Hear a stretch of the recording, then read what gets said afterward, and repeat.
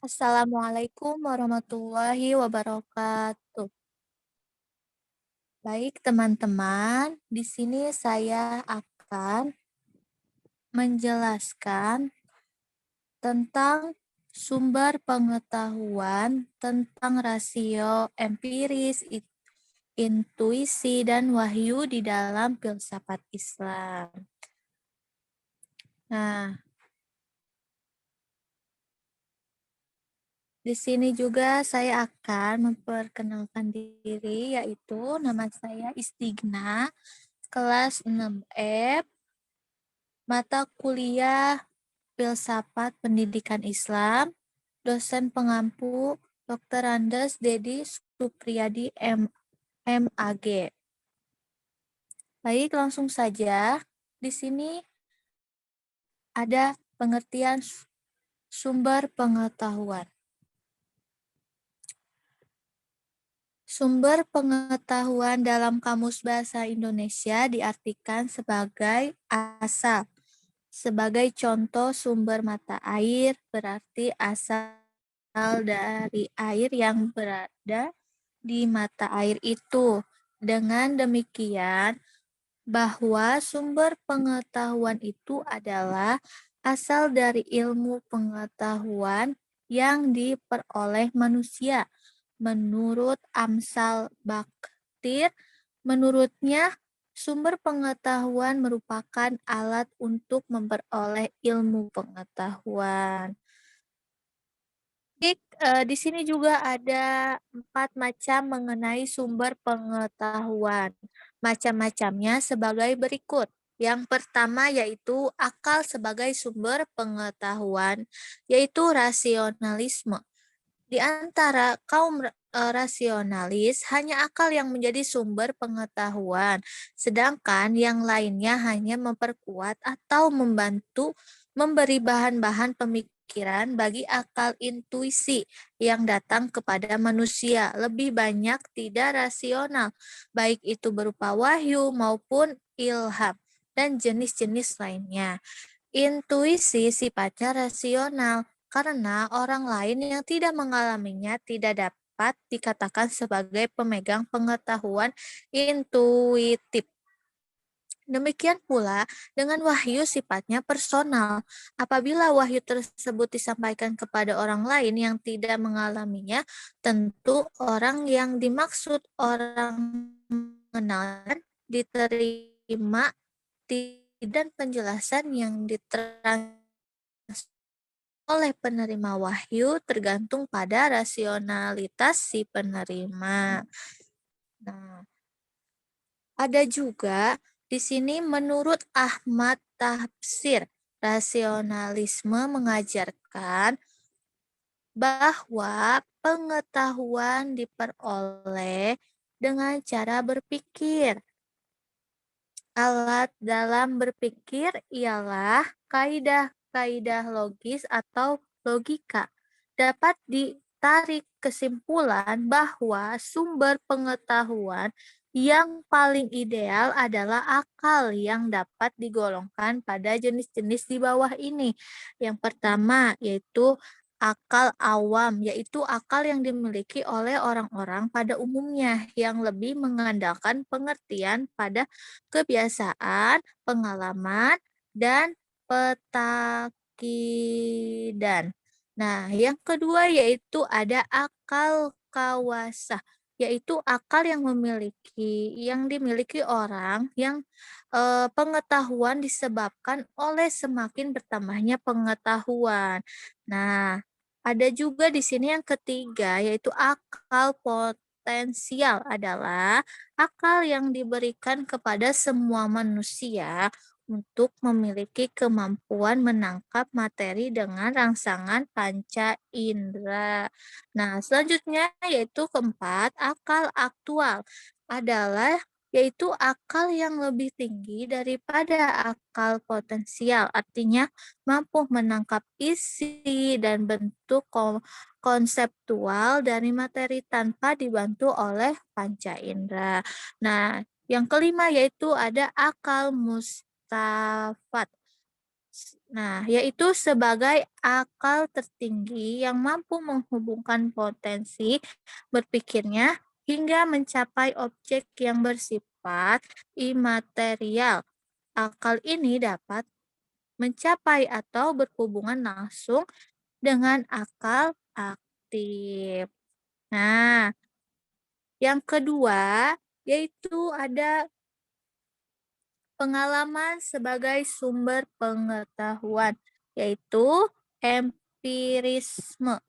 Nah, empirisme kata ini berasal dari kata Yunani empiriskos, artinya pengalaman. Menurut aliran ini, manusia memperoleh pengetahuan melalui pengalamannya dan bila dikembalikan kepada kata Yunani, pengalaman yang dimaksud ialah pengalaman indrawi. Penganut empirisme berpandangan bahwa pengalaman merupakan sumber pengetahuan bagi manusia yang jelas-jelas mendahului rasio. Tanpa pengalaman, rasio tidak memiliki kemampuan untuk memberi gambaran tertentu walaupun menggambarkan sedemikian rupa tanpa pengalaman hanyalah hayalan belaka. Empirisme mengatakan bahwa pada waktu manusia dilahirkan, keadaan akalnya masih bersih, ibarat kertas yang kosong yang belum tertuliskan apapun. Nah, pengetahuan baru muncul ketika indera manusia menimpa pengalaman dengan cara memelihara dan mengamati berbagai kejadian dalam kehidupan.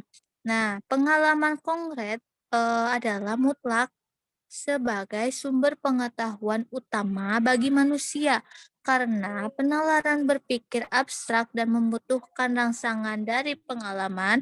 Berbagai gejala fisikal akan ditangkap oleh indera dan dikumpulkan dalam daya ingat manusia, sehingga pengalaman indrawi menjadi akumulasi pengetahuan yang berupa fakta-fakta. Munculnya rasionalisme dan empirisme menjadi indikator lahirlah periode modern dalam alam pikiran Barat. Masing-masing ingin menang sendiri. Rasionalisme meragukan semua pandangan empirisme, demikian juga sebaliknya empirisme memandang rasionalisme penuh dengan subjektivitas dan sangat personalistik. Adapun kebenaran umum harus bebas dari pengalaman, artinya harus jelas dan pasti dengan sendirinya. Kebenaran a priori diperoleh melalui struktur jiwa kita yang inheren secara aktif. Jiwa mengordinasi sensasi-sensasi yang masuk dalam ide. Oleh karena itu, pengenalan berpusat pada subjek, bukan pada objek. Nah, di sini juga ada 3 tahap pengenalan. Yang pertama yaitu pengenalan pada taraf indera, yang kedua yaitu pengenalan pada taraf akal, yang ketiga yaitu pengenalan pada taraf rasio. Nah, selanjutnya juga yang ketiga yaitu ada intuisi sebagai sumber pengetahuan. Nah, apa sih intuisi sebagai sumber pengetahuan? Telah dijelaskan bahwa sumber pengetahuan adalah rasio dan pengalaman yang masing-masing saling mengklaim sebagai yang paling utama dengan gagasan dalam pikiran. Pengetahuan tanpa pengalaman mampu dikeluarkan. Rasio disebut juga dengan akal. Demikian juga empirisme yang ngototnya bukan main bahwa pengalamanlah yang merupakan sumber utama pengetahuan. Nah, menurut Henry Batson, intuisi adalah hasil dari evolusi pemahaman yang tertinggi. Kemampuan ini mirip dengan insting, tetapi berbeda dengan kesadaran dan kebebasannya. Pengembangan kemampuan ini memerlukan suatu usaha. Ia juga mengatakan intuisi adalah suatu pengetahuan yang langsung, yang mutlak, dan bukan pengetahuan yang nisbi.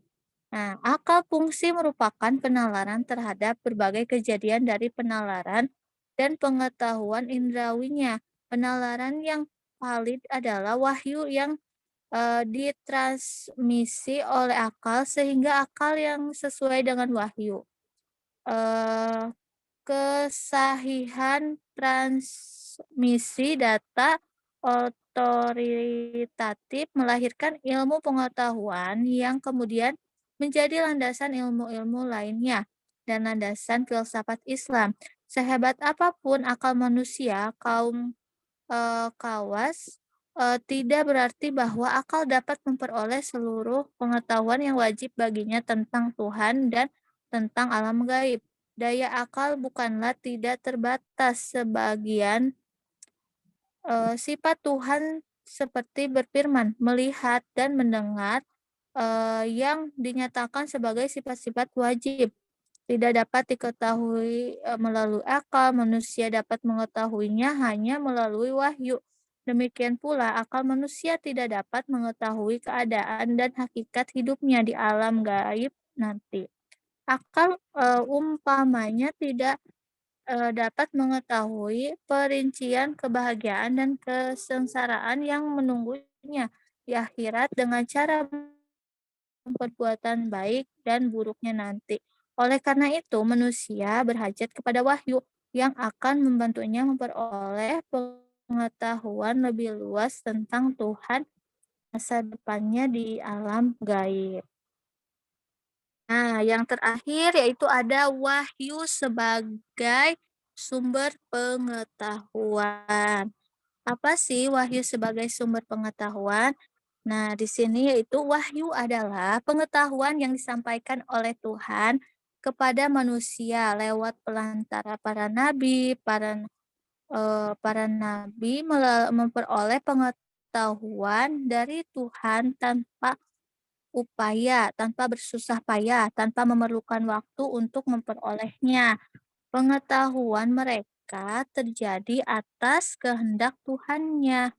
Wahyu bisikan pengetahuan agama, baik mengenai kehidupan, mencangkup masalah transcendental seperti latar belakang dan tujuan pencipta manusia, dunia, dan segenap isinya, serta kehidupan di akhirat nanti.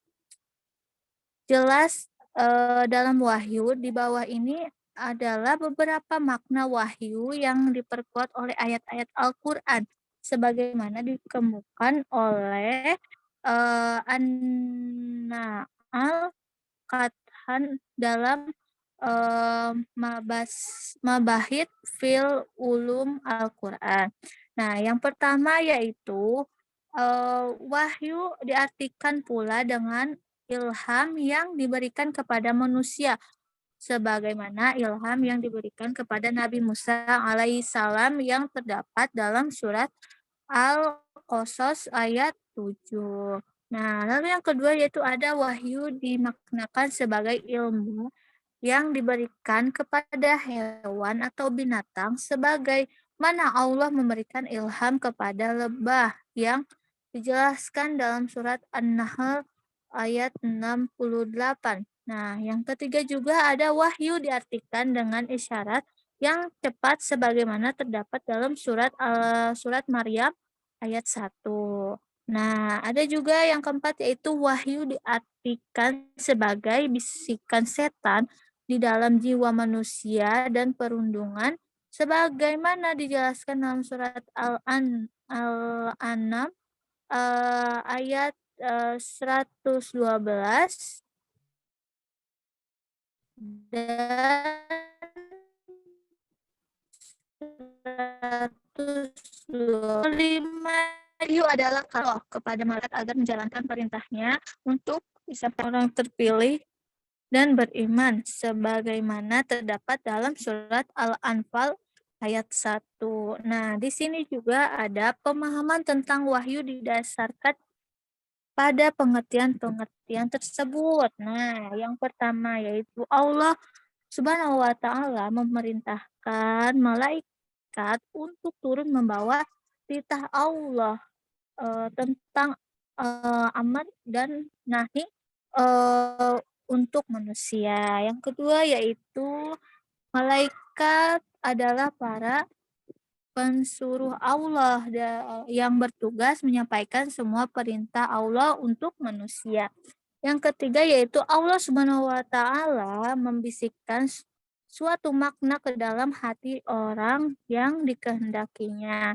Lalu yang keempat yaitu Allah Subhanahu wa Ta'ala mendengarkan kalamnya kepada siapa saja yang dikehendakinya tanpa pelantara dan tanpa adanya penampakan. Lalu yang terakhir yaitu Allah Subhanahu wa Ta'ala memerintahkan Ruhul Kudus dan Ruhul Amin, yakni Jibril agar membisikkan perintahnya kepada jiwa Nabi. Nah, baik, mungkin itu saja penjelasan tentang sumber pengetahuan, rasio, empiris, intuisi, dan wahyu di dalam filsafat Islam. Semoga bermanfaat. Mohon maaf apabila banyak kekurangan.